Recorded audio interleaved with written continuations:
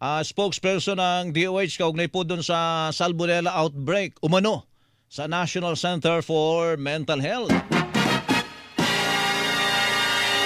Yusek Domingo, magandang umaga po sa inyo. Yusek, hello.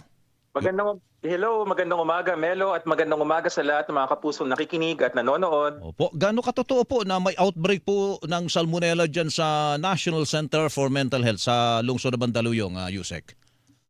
Hindi ho namin siya tinutukoy na outbreak. Ito po ay isang health event na tinatawag namin. Ibig sabihin po may nangyayari at ating tinutugunan. Ang bilang po natin na so far, Melo, para may data tayo, no? Kasi pag sinabing outbreak, ang dami. Hindi po madami yan. Opo. Tandaan po natin na malaking ospital po ang National Center for Mental Health. Ang ating bilang po sa ngayon, as of June 16, ang naitala ay 280. Pero Melo, 216 dito, 216 ay gumaling na. Ang ating active cases ay nasa 12, 12, ginagamot po sila. At yan po ay patuloy na binabantayan ng ating National Center for Mental Health in coordination with the DOH Central. Teka po, ulitin po natin Salmonella outbreak, 216 po Hindi yung... po, Aha. Salmonella Health Event po. Hindi ho namin siya tinatawag na outbreak. Salmonella health event.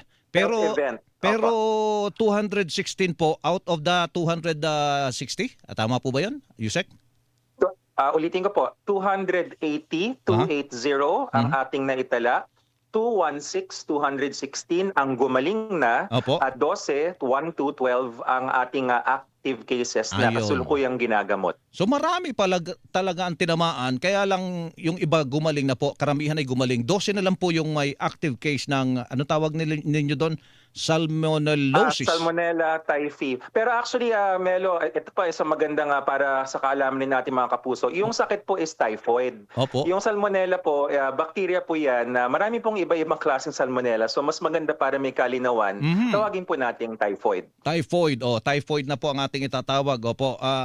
Pero ang pinag-umpisan po nito ay salmonella. Tama po ba, Yusek? Yes. Opo. Ang sakit po na typhoid, ang kanyang sanhi is yung mikrobyo na tinatawag na Salmonella typhi. Opo. Nakukuha ho ito sa tinatawag namin mga doktor pasintabi sa mga kumakain na almusal, fecal oral route mula po sa talikuran na papunta sa bibig. Ibig sabihin po kapag ang ating pagkain or ang ating tubig ay hindi masisigurado yung kaligtasan, maaaring ito ay mapasa-pasa. Nangyayari rin po ito sa mga tinatawag nating mga close quarters kung saan magkakadikit ang mga tao tulad po doon sa ating NCMH. So yun po. So tukoy na po ang pinagmulan dahil sa karumihan po. Tama ba 'yon, Yusek? Hindi naman po dahil sa karumihan, Camelo. Ang ating tinitignan po is yung ating pagpasa mula sa tao sa tao. Tandaan po natin ang service users, ang proper political correct term po para sa ating mga pasyente sa NCMH. Ang ating mga service users ay kanilang iba-iba yung kanilang mental state. Hindi sila tulad nating mga karaniwang tao na pag sinabing wash your hands, Opo. ay hindi na nga tayo kailangan sabihan.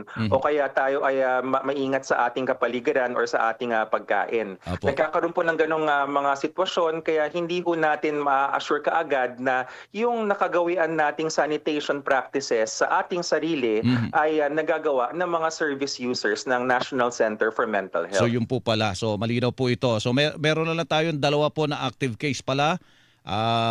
Typhoid. 12 po, 12. 12. 12 po. Apo.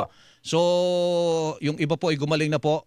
Opo. Hindi po kinailangang i-isolate yung mga yon, itong 12 pa, Yusek? Nakakahawa po yan. Kasama po 'yan sa protocols natin Opo. kapag active cases po yung 12. Pero paliwanag po natin sa mga kapuso natin, no, hindi ito parang COVID-19 na ang isolation ay naka-PPE or naka N95. Hindi po respiratory ang typhoid. Ang typhoid po ay ating ulitin na fecal oral mula sa talikuran papunta sa bibig. So ang pag sinabi pong isolated, nag-iingat po yung mga health worker, yung mga ibang tao sa paligid nila na hindi basta-basta hinahawakan tapos nililinis ang kapaligiran. So nagamot na pala po yung karamihan po dito at yung 12 naman ay sumasailalim pa sa gamutan. Ano po. So may iba pa ho bang mga adjustment na gagawin, Yusek, para hindi po maulit ito pong pangyayari siguro, nito? Opo, banggitin ko na rin po kung ano yung mga naging tama kayo doon, yung mga adjustments or yung mga precautions na ginagawa natin. Opo. Patuloy po yung testing. Lahat po ng testing, again, pasinabi sa mga kumakain kasi ito talaga yung typhoid eh. Opo. Rectal swabbing, so kinukuhanan po ng sample sa talikuran. Tapos ano po, pati yung mga, pag may nakitang suspect case, ano po yung mga sintomas, mga milalagnat, masakit ang tiyan, masakit ang ulo. Kinukuhanan po sila ng dugo, nagkakaroon po rin na tayo ng mga antibody tests. Ginagawa po yun sa lahat, hindi lamang po sa mga pasyente, ngunit pati na rin po dun sa mga food service workers dahil nga po pagkain at tubig ang ating binabantayan. So far, yung results po natin dun sa mga naturang yon ay negative. Pati yung environment, kumukuha sila dun sa tubig, nagde-negative rin. Patuloy po itong ginagawa. Opo. Nakakamatay po ba yan? Yung sakit na yan, Yusek Domingo? Kapag hindi po ginamot ng tama, Camelo, nakakamatay po siya. Pero meron naman pong mga antibiotics. Tukoy po ang mga antibiotics at nagagamot po ang ating typhoid. O yung bang mga dumadalaw po dyan, pagbabawalan po muna habang may ganyan po, Yusek? Hindi naman po, okay lang pong dumalaw dahil yung pong ating active cases, tulad po na nabanggit na natin ay nakabukod, naka-isolate sila dun sa karaniwang populasyon.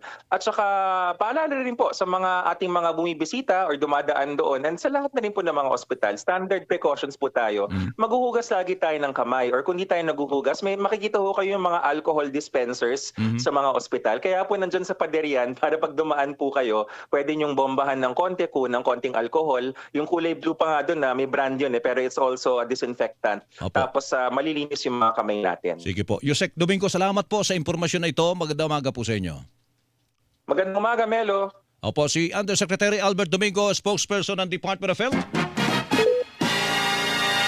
Tama. 12 active cases typhoid ang nakadali. Ang pinagbulan ay salmonella. 216 pasyente tinamaan out of the 280.